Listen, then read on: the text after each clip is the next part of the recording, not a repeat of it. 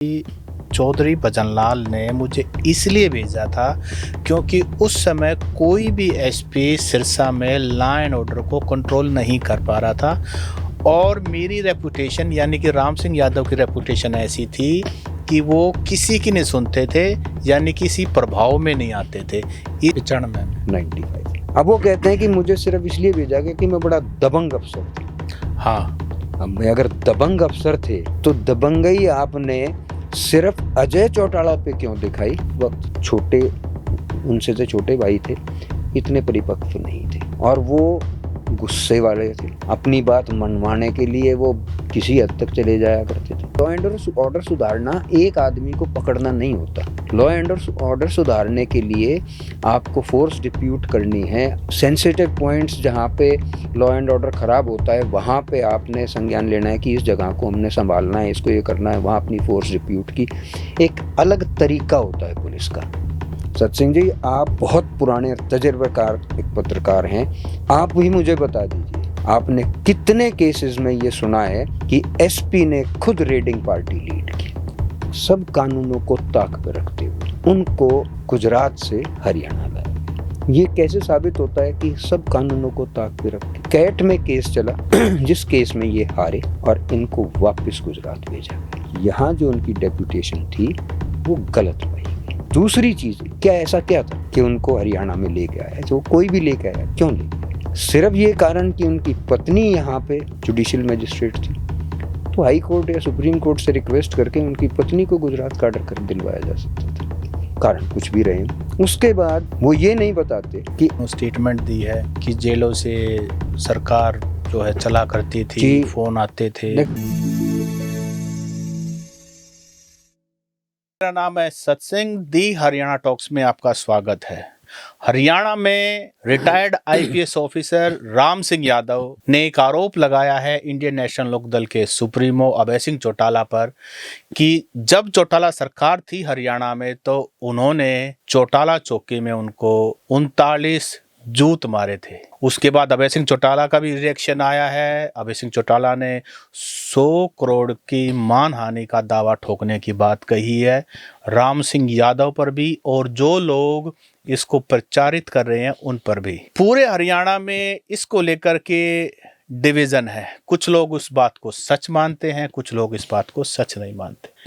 इसी मुद्दे को चर्चा करने के लिए आज मेरे साथ हैं रोहतक से सीनियर वकील एडवोकेट प्रदीप मलिक जी। मलिक साहब बहुत पुराने वकील हैं, राजनीति पर भी पकड़ रखते हैं, बहुत बड़े बड़े केस मलिक साहब ने कोर्ट में जेल भी रखे हैं और लड़ भी रखे हैं। हर तरह का मलिक साहब का एक्सपीरियंस है। मलिक साहब, आपका बहुत बहुत स्वागत है। मैंने कुछ गलत तो नहीं कहा? नहीं, आप गलत कह ही नहीं सकते सचिन भाई। जी जी जी। मलिक साहब, ये राम सिंह यादव को 22-23 साल के बाद एकदम से क्या हो गया है? अभय सिंह चौटाला पर कह रहे हैं कि मुझे, क्योंकि वो तो एसपी लेवल के अधिकारी रहे हैं। बिल्कुल सही बात है। तो आपके तो नॉलेज में रहा होगा। बिल्कुल, मुझे उस वक्त का भी पता है। तब हम नए नए वकील थे जब ये पहला मामला हुआ था अजय सिंह का। जब दूसरा मामला हुआ उस वक्त भी हम वकालत में थे और उस टाइम तक थोड़ा सा क्रिमिनल की फील्ड में हम थोड़ी सी पकड़ हासिल कर सके थे। वैसे तो क्रिमिनल एक ऐसा फील्ड है जिसमें कभी कोई मास्टर हो ही नहीं सकता जी, लेकिन थोड़ा बहुत उस टाइम हमने पकड़ हासिल की हुई थी। तो दोनों ही किस्सों का मुझे पता है और पर्सनल जानकारी जो मेरी है, मैं और इससे ज़्यादा कुछ नहीं कहूँगा। क्यों इतने साल के बाद ये हुआ? आप सत्सिंह जी बहुत पुराने और मंझे हुए पत्रकार हैं। हमारे यहाँ एक कहावत है कि जब पिरवा हवा चलती है तो पुराने जख्म हरे हो जाते हैं, दर्द होता है। तो जरूर कोई ना कोई पिरवा हवा चली और उस पिरवा हवा ने उन जख्मों को ताज़ा कर दिया और हमारे छोटे भाई धर्मेंद्र उनको एक टूल बना लिया और एक ये सारा का सारा मामला अब इसको सबने पकड़ना शुरू कर दिया। कोई इधर से कोई उधर से, वो अपनी सच्चाई बताना चाह रहा है, वो अपनी सच्चाई बताना चाह रहा है। मैं सच या झूठ के बारे में यहाँ कोई क्लेम नहीं करूंगा। ठीक बात है। क्योंकि ना उस वक्त मैं वहाँ हाजिर था जब अजय सिंह के खिलाफ ये गए, ना मैं उस वक्त हाजिर था जब अभय सिंह ने ये सब किया। मैं सर्कमस्टांशियल एविडेंस जो हमारे क्रिमिनल के अंदर होती, मैं उस पे बात करूं। मैंने वो इंटरव्यू बहुत अच्छे से सुना है जो धर्मेंद्र को उन्होंने दिया है उसके अंदर वो ये कहते हैं कि नहीं, मेरा भजन लाल जी से किसी किस्म का कोई वो नहीं था, मैं उनके कहीं नजदीक नहीं था। सब कानूनों को ताक पर रखते हुए उनको गुजरात से हरियाणा लाया गया। ये कैसे साबित होता है कि सब कानूनों को ताक पे रख के कैट में केस चला जिस केस में ये हारे और इनको वापस गुजरात भेजा गया। यहाँ जो उनकी डेपुटेशन थी वो गलत पाई गई। दूसरी चीज, क्या ऐसा क्या था कि उनको हरियाणा में लेके आया? जो कोई भी लेके आया, क्यों लेके आया? सिर्फ ये कारण कि उनकी पत्नी यहाँ पे जुडिशियल मजिस्ट्रेट थी, तो हाई कोर्ट या सुप्रीम कोर्ट से रिक्वेस्ट करके उनकी पत्नी को गुजरात का ऑर्डर कर दिलवाया जा सकता था। कारण कुछ भी रहे। उसके बाद वो ये नहीं बताते कि SPCID चीफ मिनिस्टर का सबसे नजदीकी अफसर होता है। बिल्कुल। उससे ही उनको पूरे राज्य की सारी छोटी से छोटी जानकारियां मिलती हैं। कहाँ उनके खिलाफ क्या हो रहा है, कहाँ उनके खिलाफ क्या हो रहा है, वो सब वो अफसर सबसे नजदीकी होता है। और यादव साहब को SPCID लगाया गया, वो पंचकूला में पोस्टेड थे। उसके बाद उनको सिरसा भेजा गया जब ये सारा मामला चल रहा था 95 में 95। अब वो कहते हैं कि मुझे सिर्फ इसलिए भेजा गया कि मैं बड़ा दबंग अफसर था। हाँ, अब मैं अगर दबंग अफसर थे तो दबंगई आपने सिर्फ अजय चौटाला पे क्यों दिखाई? सिरसा इज नोन फॉर नार्कोटेर, ठीक बात। नैरकोटिक्स का गढ़ है। इन्होंने अपनी SP शिप के दौरान कितने नार्कोटिक स्मगलर पकड़े, कितने कानूनों को इन्होंने, जो गैर कानूनी काम कर रहे थे उनको पकड़ा। अजय सिंह को छोड़ के कितनी रेडिंग पार्टीज में ये शामिल रहे। सत्सिंह जी, आप बहुत पुराने और तजर्बेकार एक पत्रकार हैं, आप भी मुझे बता दीजिए, आपने कितने केसेस में ये सुना है कि SP ने खुद रेडिंग पार्टी लीड की? आमतौर पे थाना incharge, CIA incharge, STF incharge, ये लोग रेडिंग पार्टी, ये एक्सपर्ट होते। रेडिंग पार्टी जो जाती है वो उसके अंदर एक्सपर्ट लोग होते हैं, वो हर तरीके के हथियार को चलाना जानते हैं, वो अनआर्म्ड कम्बैट के अंदर वो होते हैं, उनका एक अलग वो होता है। वो लोग आम पुलिस के सामने दिखाई भी नहीं देते जी, वो वर्दी भी नहीं पहनते, वो एक रेडिंग पार्टी दूसरी होती है। इनको क्या जरूरत पड़ गई थी कि ये रेडिंग पार्टी को लीड करें, जबकि वो केस इनके उसमें नहीं था, जुरिडिक्शन में नहीं उनकी जुरिस्डिक्शन नहीं थी, रेलवे पुलिस की जुरिस्डिक्शन थी।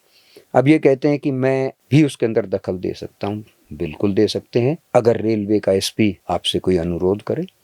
रेलवे की अपनी जुरिस्डिक्शन होती है, उसका अपना SP है, अपना AG है, अपना एरिया है। अगर वो आपसे अनुरोध करते हैं कि हमारे को आपकी फोर्स की ज़रूरत है, तो आप उसमें दखल दे सकते हैं। आज तक कोई ऐसा अनुरोध के बारे में उन्होंने बताया नहीं। अगर है तो बता दें कि हाँ भैया ये अनुरोध आया था और मैंने उसको ये मान के तब मैं इसमें गया था। जो अपने राम सिंह यादव उनका इंटरव्यू 10 दिन बाद मैंने भी किया था, हफ्ते बाद शायद गया था, तो उसमें उनका ये कहना था कि चौधरी भजनलाल ने मुझे इसलिए भेजा था क्योंकि उस समय कोई भी SP सिरसा में लॉ एंड ऑर्डर को कंट्रोल नहीं कर पा रहा था, और मेरी रेपुटेशन यानी कि राम सिंह यादव की रेपुटेशन ऐसी थी कि वो किसी की नहीं सुनते थे, यानी किसी प्रभाव में नहीं आते थे। इसीलिए भजनलाल ने उनको सिरसा भेजा, और सिरसा भेजने के बाद उन्होंने एक वो रेल लाइन उखाड़ दी, फिश प्लेटें, और उसके बाद रेलवे का मुकदमा बना, और उसके बाद जो कहानी हुई उन्होंने बताई। ठीक है, भजनलाल जी ने लॉ एंड ऑर्डर संभालने के लिए भेजा। तो लॉ एंड ऑर्डर संभालने के लिए एक ऐसे अपराधी जिसके खिलाफ कोई विज्ञापन जारी नहीं है, जिसके खिलाफ किसी कोर्ट का वारंट नहीं है, जिसके ऊपर ऐसा कोई केस नहीं दर्ज है जिससे आम पब्लिक को किसी तरीके का कोई नुकसान होता हो या उसकी वजह से कोई लॉ एंड ऑर्डर की समस्या पैदा होती है, उसके पीछे आप क्यों गए? आप लॉ एंड ऑर्डर सुधारते ना, आप फोर्स डिप्लॉय करते। लॉ एंड ऑर्डर सुधारना एक आदमी को पकड़ना नहीं होता। लॉ एंड ऑर्डर सुधारने के लिए आपको फोर्स डिप्यूट करनी है। सेंसिटिव पॉइंट्स जहाँ पे लॉ एंड ऑर्डर खराब होता है वहाँ पे आपने संज्ञान लेना है कि इस जगह को हमने संभालना है, इसको ये करना है, वहाँ अपनी फोर्स डिप्यूट की एक अलग तरीका होता है पुलिस का। वो मेरे से बेहतर यादव साहब भी बता सकते हैं क्योंकि वो पुलिस में रहे। वो उस बात को नहीं बताते कि लॉ एंड ऑर्डर संभालने के लिए क्या करना चाहिए। अजय सिंह को गिरफ्तार करने से लॉ एंड ऑर्डर नहीं सुधर सकता, रादर खराब हो सकता था उस वक्त में, क्योंकि वो उस वक्त वहां जब ये बताया गया कि वहां वो बहुत मजबूत थे, लोग उनके साथ थे, हंगामा हो सकता था। चलिए उनकी सारी बात मान लेते हैं, बिल्कुल लॉ एंड ऑर्डर के लिए आप गए, आप उसके पीछे भी लग गए। वो आदमी राजस्थान में चला। देखिए सत्सिंह जी, हम और आप, कोई पुलिस कर्मचारी, कोई भी कोई, वो कानून से चलते हैं। एक पुलिस अधिकारी पुलिस रूल्स और सीआरपीसी, उस टाइम सीआरपीसी थी, अब बीएनएसएस, वो गवर्न करती है। अगर आप किसी दूसरे, बिल्कुल जा सकते हैं, आप दूसरे राज्य के अंदर एंटर कर सकते हैं, कोई रोक टोक नहीं है, लेकिन वहां जाने के बाद आपकी कुछ ड्यूटीज है। आप वहां के लोकल पुलिस को इमीडिएटली इन्फॉर्म करेंगे कि हमारे आपके इलाके के अंदर ऐसे ऐसे एक मुलजिम पहुंचा हुआ है जिसको हमने गिरफ्तार करना है, आप फटाफट पहुंचिए। जब वो पुलिस आ जाएगी, उस पुलिस की मौजूदगी के अंदर आप उनको गिरफ्तार करेंगे। गिरफ्तार करने के बाद आप सीधा अपने यहाँ नहीं लेके आएंगे, आप लोकल मजिस्ट्रेट के पास उसको पेश करेंगे, वहां से ट्रांजिट रिमांड लेंगे, और ट्रांजिट रिमांड लेके विद इन 24 आवर्स, या जितना समय वो आपको ट्रांजिट के लिए देती है कोर्ट, आप उतने समय में उसको जुरिस्डिक्शन वाले उसमें पेश करें। तो आर.एस. यादव ने क्या किया? आर.एस. यादव साहब ने किसी को, उन्होंने तो गिरफ्तार किया और वहां से उठा लाए। तो एक रिटायर्ड सेशन जज का मैंने इसके अंदर इंटरव्यू सुना है जी, उन्होंने ये कहा कि इन्होंने वहां पे ये घेराबंदी करके ये कहा कि बैंक लुटेरे। अब मैं ना तो उनकी सच्चाई के बारे में कोई क्लेम कर सकता हूँ, ना यादव साहब की सच्चाई के बारे में क्लेम कर सकता हूँ। कोई भी नहीं बता सकता। अगर या तो वो भी झूठ बोल रहे हैं, या भी झूठ बोल रहे हैं, या वो सच बोल रहे हैं, ये झूठ बोल रहे हैं। हाँ, कोई तो है, कोई तो है। उनके घर से इनको गिरफ्तार किया गया। वो कहते हैं कि मैं तो उस टाइम नहीं था, मेरे पिताजी डीएसपी थे, उनके पास उनके वो थे, उनके घर में, आपने उनके घर में एंटर करना था तो ये ऐसे नहीं, आप किसी की घर के अंदर भी एंटर कर सकते हैं। अगर वो मुलजिम का घर है, वांटेड का घर है, तो आप वहाँ एंटर कर सकते हैं। अदरवाइज आप लोकल पुलिस को बुलाएंगे, लोकल पुलिस वहां पे उनको नोटिस देगी कि आपके घर में क्रिमिनल है, या आपको लेना, इसको सर्च करना चाहते हैं, वो तब अंदर जाए। तो राम सिंह यादव में इतनी हिम्मत कहाँ से आ गई कि वो देवीलाल के 2 पोतों को इस तरह से जबरदस्ती, वो भी सिरसा में, मतलब एक तरह से शेर के मुंह में हाथ डालने वाली बात होगी। ये हिम्मत तो कहीं ना कहीं से तो आ रही पीछे से तो आएगी ना। हिम्मत तो वो उन्होंने खुद बता दी, वो खुद ही अपनी बात को वो कह रहे हैं। उनकी आप बात सुनिए, वो कह रहे हैं कि भजनलाल जी ने कहा कि वहां पे लॉ एंड ऑर्डर को सिर्फ आप ही सुधार सकते हैं, पूरे हरियाणा में कोई ऐसा एसपी ही नहीं था। उनका तो दावा यही है, उनका खुद का दावा है, ये कोई और नहीं कह रहा, ये वो खुद कह रहे हैं। और भजनलाल जी ने इतनी बड़ी पुलिस फोर्स में से एक आदमी को आइडेंटिफाई कर लिया, और वो ये कहते हैं कि मैं उनके नजदीक भी नहीं था, जो गुजरात से लाया गया, गुजरात से लेके आया उनको। तो कोई तो खासियत रही ना, गुजरात से लेके आए। आप खासियत कुछ भी रही हो। अब हमारे यहाँ एक अंग्रेजी में शब्द होता है blue eyed boy. Blue eyed boy, तो भजनलाल जी के ब्लू आइड बॉय थे। अब अगली बार जब इनके खिलाफ हुआ तब मंजीत अहलावत उस समय के मुख्यमंत्री के ब्लू आइड बॉय थे। 2003 में क्या हुआ वो बड़े इंटरेस्टिंग है, क्योंकि ये जो धर्मेंद्र जी ने पॉडकास्ट किया, उसके बाद वायरल होने के पीछे वो जो 39 जूत उनको लगे, अभय सिंह चौटाला ने मारे, चौटाला चौकी में लेके गए, इसके बारे में क्या कहना है आपका? देखिए, जहां तक मैं उस समय को याद कर सकता हूँ, जब चौधरी ओम प्रकाश चौटाला जी मुख्यमंत्री थे, उस समय की अगर कोई बात कहता है कि अभय सिंह चौटाला ने मेरे साथ ऐसा किया, तो मैं उसकी बात को आंख बंद करके सच मान, बिल्कुल किया हो। लेकिन इनविटेशन किसने दिया? जो आप अभी डिस्कस हुआ, इनविटेशन तो यादव साहब की तरफ से दिया। जब इनके पास पावर थी, जब इनकी कमर के ऊपर किसी की थपकी थी, तो ये अति उत्साही होकर इन्होंने वो काम किया। एक माना हुआ परिवार सिरसा का, उसको आप गिरफ्तार करके लाते हैं, हथकड़ी लगा के लेके आते हैं उसको। उन्होंने तो आज तक नहीं किया, कुछ टॉर्चर वॉर्चर भी किया हो सकता है, कुछ भी हो, तो इनको भी जरूर किया होगा। बता रहे हैं जींद से रात को इनको चौटाला चौकी ले जाया गया, और वहाँ अभय सिंह चौटाला थानेदार की कुर्सी पे बैठे थे, और फिर वहाँ राम सिंह यादव को लेटाया गया, और वहाँ फिर खुद अभय सिंह ने जूत मारे, और ये कह रहे हैं मैं गिन भी रहा था। मैं तो एक चीज कहता हूँ कि इनको ये शुक्र मनाना चाहिए, अगर ये सच है कि वो जूते अभय सिंह ने, अगर वो किसी नए रंगरूट को ये जिम्मेवारी दे देते, मैं दावे के साथ कहता हूँ 5 के बाद 6 में हाई बोल जाती। पुलिस वाले जानते हैं कैसे मारना होता, उस जूत से खून नहीं निकलता। अच्छा, कितना बड़ा होता है? वो एक हैंडल सा होता है, उसके आगे एक चमड़े का बिलो सदर, हाँ, उस पे वो तो नाम बना रखे हैं, कह रखे हैं। मैंने सत्सिंह जी एक बार उसका इस्तेमाल होते हुए देख रखा, थाने में, चौकी में, आर्यनगर चौकी थी, और वो मैंने ही क्या, एक मोटरसाइकिल पे एक बच्ची आ रही थी, उसके ऊपर दो लड़के हाथ मार के निकल, मैं नहीं देख पाया, मैंने आगे अपनी मोटरसाइकिल भगाई, मैंने उनको रोक लिया। तो वहीं आर्यनगर चौकी होती थी पुरानी, पहले आर्यनगर के अंदर ऊपर फर्स्ट फ्लोर पे होती थी, वहां पे वो एएसआई थे, मैंने कहा ऐसे ऐसे करके जा रहे हैं, उन्होंने उनको पकड़ लिया। तो उस दिन मंगलवार का दिन था, मेरे को आज भी याद है। उसने ये कहा, बोला जी आज मंगलवार के दिन आप पाप करवाओगे, और उसने दो दो जूते, और उसके बाद उनका वहां से चलना मुश्किल हो गया था। लटा गए, लेटा के, बेड सा होता है कोई, कुछ नहीं, वो तखत सा होता है, उसके ऊपर लिटाया यार, हाथ पैर बांध लेते हैं। कुछ नहीं, वो तो उनके तो एक हाथ इधर से पकड़ लेता है एक सिपाही, एक पैर इधर से पकड़ लेते हैं, बांधते हैं देखो, वही और पकड़ फिर लेते एक मारता है। हैं। एक जना आदमी उसको मारता है। तो राम सिंह यादव के साथ भी यही हुआ होगा। अकेला तो अभय सिंह भी नहीं कर सकते, क्योंकि उसके लिए एक तरीका होता है, दो आदमी हाथ पकड़ेंगे, एक आदमी पैर पकड़ेगा, फिर मारेंगे।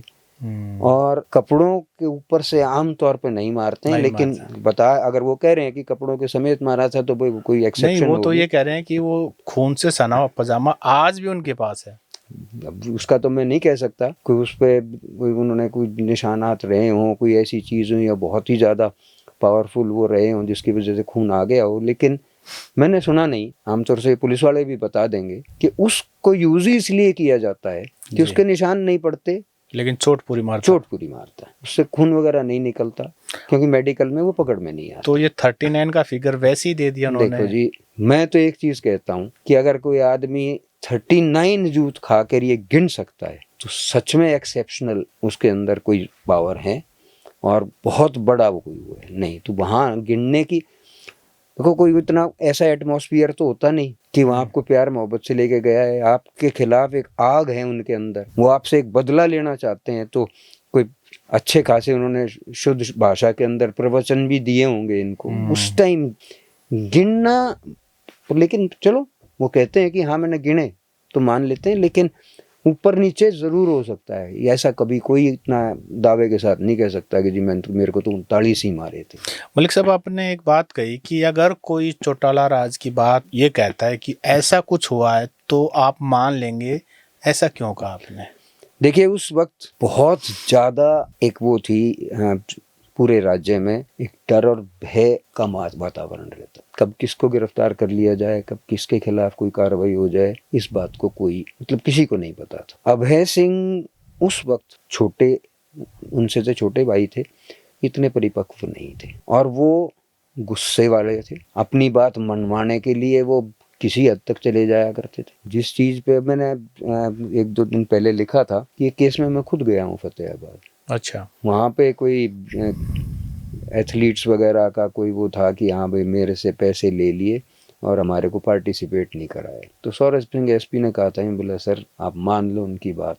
मैं किसकी बात? बोला आप मेरे से सारी बात क्यों कहलवा रहे हो, आप मान लो। मैं तो मेरा खुद का ये देखा हुआ है। और उस टाइम था एक बहुत बड़ा, और रोहतक में तो खास तौर पे, रोहतक के अंदर एक बहुत बड़ा criminal gangster Krishna Rohtak jail के अंदर था, और जिस तरीके से वो रोहतक जेल में रहता था ये पूरे रोहतक को पता है। उसके ऊपर आशीर्वाद था बिल्लू। राज्यसभा सांसद रामचंद्र जांगड़ा ने भी इस तरह की पिछले दिनों स्टेटमेंट दी है कि जेलों से सरकार जो है चला करती थी, फोन आते थे। देखिए उसके बारे में, अब उसके जो भाई जो भरत सिंह था, अब उसकी भी मृत्यु हो चुकी है, उनको इलेक्शन लड़वाया गया था दिल्ली से। वो अभय सिंह जी की वजह से ही उनको वहां से इलेक्शन का था, और वहां पे उन्होंने पूरी सपोर्ट की थी, ये सभी को पता है। पहले ये बात हुई थी कि INLD से टिकट दी जाए, लेकिन फिर मेरे ख्याल से ये हो गया था कि नहीं उससे एक्सपोज हो जाएंगे, तो वो इंडिपेंडेंट, और वो MLA बने भी थे भरत सिंह। बाद में उसकी डेथ हो गई, कोई उनका इसको लेकर के अजय चौटाला का भी रिएक्शन आया है। अजय चौटाला ने कहा कि राम सिंह यादव अपने आकाओं को खुश करने के लिए इतने सालों बाद स्टेटमेंट दे रहा है। उस समय तो उनके भजनलाल के ब्लू आइड बॉय थे, लेकिन अब तो वो बौद्ध धर्म को अपना चुके हैं। वो कह रहे हैं, मैं आपको एक चीज बताऊं सत्सिंह जी, अगर वो बौद्ध धर्म को अपना चुके हैं और वो इस बात में सच है तो ये बात ही नहीं करते हो। बौद्ध धर्म सबसे पहली शिक्षा देता है माफ कर दो, खत्म कर दो। जो इतने साल पहले हो चुकी थी उसको वहीं वो खत्म कर देते। आज वो पहले तो बताते हैं फिर कहते हैं मैंने माफ कर दिया, ये माफी नहीं होती। भूले नहीं है, भूले नहीं, उनके दिमाग में। और मैं हैरान हूं, एक टीम की तरह काम हो रहे हैं। वो तो बहुत भक्त हैं। उनकी पत्नी अनुपमा, वो इतनी जबरदस्त एग्रेसिव है सोशल मीडिया पर, जो थोड़ी सी भी बात उनके खिलाफ बोल देता है वो कह देते हैं कि ये अपनी कौम की वजह से बोल रहा है। तो वो तो कोई भी कह सकता है। आप तो वकील है सर इतने लंबे। अनुपमा यादव के पिताजी रोहतक में उन्होंने एज ए जज भी सर्व किया है। आप उनको मैं राफ्ता? डीडी यादव जी को बहुत नज़दीक से जानता हूँ। उनकी कोर्ट में एज एडिशनल सेशन जज जब वो यहाँ थे, फास्ट ट्रैक कोर्ट में, वो रिटायरमेंट के बाद यहाँ पोस्ट हुए थे, तब मैंने उनकी कोर्ट में 1-1.5 साल मैंने बहुत काम किया है। और उनकी एक रेपुटेशन जो थी वो बेहद कर्मठ और बहुत ईमानदार थी। वो काम के प्रति पागल थे। यहाँ पे हमारे उस टाइम जो सेशन जज थे वो थोड़ा सा उनको तंग करने की नीयत रखते थे। उनको सिर्फ एक रीडर और एक स्टेनो दिया हुआ था, उसके बावजूद भी वो महीने के 15-15, 17-17 केसेस का डिस्पोजल कर देते थे। ये रेपुटेशन थी। ये रेपुटेशन थी उनकी। यहाँ से फिर वो जज्जर भेजे गए कि यहाँ का वर्कलोड बहुत कम हो गया, तो फिर जज्जर के केसेस के लिए उनको वहाँ भेजा गया। वो एक बहुत ही ईमानदार और शरीफ आदमी थे। उनके बेटे थे अनिल कुमार यादव, वो एडिशनल एडवोकेट जनरल भाजपा सरकार ने लगाए हुए, और उनकी नियुक्ति झा कमीशन में, अच्छा, गुड़गांव वहाँ की हुई थी, जहाँ पे वो जाट आरक्षण से संबंधित जो भी वो इंक्वायरी चल रही थी वो उसमें थे। वहाँ पे उनका झुकाव भाजपा की तरफ था। आर एस यादव जी ने खुद अपनी उसमें एडमिट किया है कि मोदी जी ने उनको बुलाया, उन्होंने कहा कि बताओ कौन सी जगह चाहिए आपको। हाँ, वो पॉडकास्ट मैंने किया था। हाँ। और उसमें राम सिंह यादव ने ये कहा कि मैं आज के दिन बीजेपी का मेंबर हूँ। भूपेंद्र सिंह यादव ने उनको बहरोड में बकायदा पट्टा पहन करके, और उनका रजिस्ट्रेशन भी हुआ है। भाजपा के तो अब इसके बाद और मेरे को कहने की जरूरत नहीं पड़नी चाहिए कि अब ये बताने का क्या भाजपा में वो हैं। भाजपा की अनुपमा यादव जी को भी सपोर्ट है, और उनके परिवार में नजदीकी भूपेंद्र सिंह यादव बताते हैं कि हाँ, हमारे नजदीकी रिश्तेदार हैं। तो वो एक इतने क्लोज हो गए। अब वो सारी चीजें उसके बाद मतलब इससे ज्यादा क्लियरिटी और किस चीज की चाहिए। अगर बुद्ध के आप भक्त हो चुके हैं, आप विपस्सना का भी वो लगाते हैं, आप हर पॉडकास्ट में वो एक नंबर देते हैं कि मुझसे इसमें कांटेक्ट किया जाए, तो उसके बाद राजनीति वगैरह तो सब खत्म हो जाती है। महात्मा बुद्ध सब कुछ त्याग करके गए थे, आप भी त्याग करके अपना काम करिए। किसने कहा है इतनी पुरानी बात आपने किया, उसने किया, बात खत्म हो गई, अपने आगे आप चलिए। जिंदगी आगे की है, पीछे की नहीं है। अगर आप इतने साफ हृदय के थे तो अपने चलते रहते। अचानक ही धर्मेंद्र वहां पहुंचता है, अचानक ही आप 39 गिन देते हैं वहां पे, ये सारी चीजें। तो वही मैं आपको शुरू में जो मैंने पहली लाइन कही थी कि कहीं से पूर्व की हवा आई है जिसने ये दर्द दोबारा से जागृत किया। मलिक साहब, एक बात और, क्योंकि आपके फील्ड से जुड़ा हुआ है मामला, अभय सिंह चौटाला ने 100 करोड़ मानहानि का केस डालने की बात कही है। क्या ऐसे केस में मतलब संभव है? देखिए जी, 2 तरह की डिफेमेशन होती, मानहानि, एक क्रिमिनल, एक सिविल। क्रिमिनल में सेक्शन पहले 500 होता था, उसके अंदर आप अपनी मानहानि के लिए कि भाई मेरे पे झूठे इल्जाम लगाए गए, मुझे बदनाम किया गया है पब्लिक के अंदर, आप एक क्रिमिनल कंप्लेंट फाइल कर सकते हैं। वो नॉन कॉग्निजेबल ऑफेंस है जिसमें आप कंप्लेंट फाइल कर। दूसरा सिविल, उसके अंदर आप कंपेंसेशन क्लेम कर सकते हैं कि मेरी मानहानि हुई और मेरे को इतना ये पैसा दिया जाए जो कि उससे मैं कवर कर सकूं। उसके अंदर स्टाम्प लगता है 10% का, तो 100 करोड़ पे आपको 10 करोड़ रुपए का स्टाम्प। अभय सिंह जी तो दे सकते हैं, उनके पास पैसा है। अब मेरे जैसा कोई कहे तो भैया हम तो 1 करोड़ का भी नहीं कर सकते, हमारे पास तो नहीं है, हम तो घर आराम से बैठ जाएंगे। तो वो कर सकते हैं, लेकिन सच्चाई ये है कि ना वो ये साबित कर पाएंगे और ना ही यादव साहब साबित कर पाएंगे। लेकिन तो ये सिर्फ ये तो एक दूसरे के पॉलिटिकल लोग थोड़ा शोर कम मचाएंगे। अनुपमा जी ने कह दिया मैं करूंगी, भैया आप भी कर लो। डिसमिसल तो आपका भी हुआ था उस वक्त। वो जो आज गुस्सा है उस वक्त भी वो गुस्सा था, और वो उस गुस्से की वजह से और उनके अपने व्यवहार के वजह से इनको नौकरी देनी पड़ी, अदरवाइज कोई इतनी बड़ी बात नहीं थी। मलिक साहब, आप तो चौटाला फैमिली को बहुत लंबे समय से देखते जा रहे हो। उस अभय सिंह चौटाला में और आज के अभय सिंह चौटाला में फर्क है? देखिए, वो अभय सिंह चौटाला जो हम उस वक्त 2000 की उसमें जब देखते थे और आज जब मैं उनको सुनता हूँ, कई जगह देखता हूँ, मुझे लगता है कि पुनर्जन्म भी होता है। ये वो अभय चौटाला है ही नहीं। आज जिस तरीके से वो सबको मान सम्मान से बात करते हैं, जितना वो उतना ट्रांसफॉर्मेशन बहुत कम लोगों में देखा। आज लिटरली वो बहुत जबरदस्त ट्रांसफॉर्मेशन। आज वो राजनीतिज्ञ भी हैं, एक सामाजिक व्यक्ति भी हैं, हर तरीके से वो मतलब परफेक्ट ह्यूमन बीइंग मैं अगर कहूँ तो वो हो सकते हैं। और अजय सिंह चौटाला में, अजय सिंह चौटाला देखिए वो मौका परस्त निकले। वो मैं कहूँ धृतराष्ट्र को भी अगर मैं कहूँ तो धृतराष्ट्र को भी पट्टी बंधी हुई, ये जागती खुली आंखों से ये धृतराष्ट्र बन गए। रोक सकते थे ये इतना बड़ा नुकसान, पार्टी टूटना, ये सब कुछ होना। और जहाँ पिता बीच में आ जाए, मैं तो ये मानता हूँ कि अगर पिता गलत भी ये हुक्म दे दे कि नहीं भैया ये नहीं करना, तो आंख बंद करके उस टाइम तो भाई हाँ आप जो कह रहे हो वही हो। इस तरीके का जो वो, चलो वो उनके परिवार की चीज है, उसके बारे में मैं कोई कमेंट नहीं करूंगा। लेकिन आज की तारीख में मैं कंपेयर करूं अजय सिंह और अभय सिंह को, तो अभय सिंह कहीं ज्यादा ऊपर जी।